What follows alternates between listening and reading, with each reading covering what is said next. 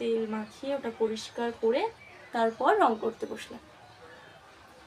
আজকে দেখবে রং করলে এটা পুরো চকচক করবে।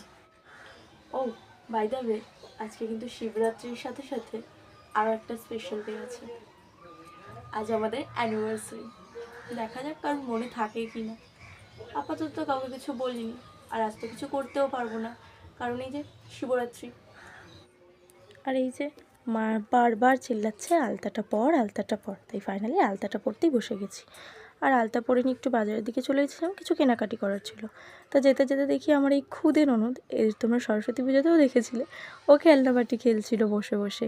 তারপর ওকে ইগনোর মেরে বাজারের দিকেই গেলাম। আর এই যে কাটা ফুল এইসব নিয়ে নিলাম, কাটা ফুল, মিষ্টি, আরও যা যা জিনিসপত্র লাগে সেই সব নিয়ে চলে গেছিলাম জামা কাপড়ের দোকানে। কারণ ওই যে বলেছিলাম অ্যানিভার্সারি, তো অনেক কিছুই দোকান দিয়ে নামিয়েছিলাম, পাঞ্জাবি, শার্ট, গেঞ্জি, এরপর তুই তো তাড়িয়েই দিয়েছে আমায়।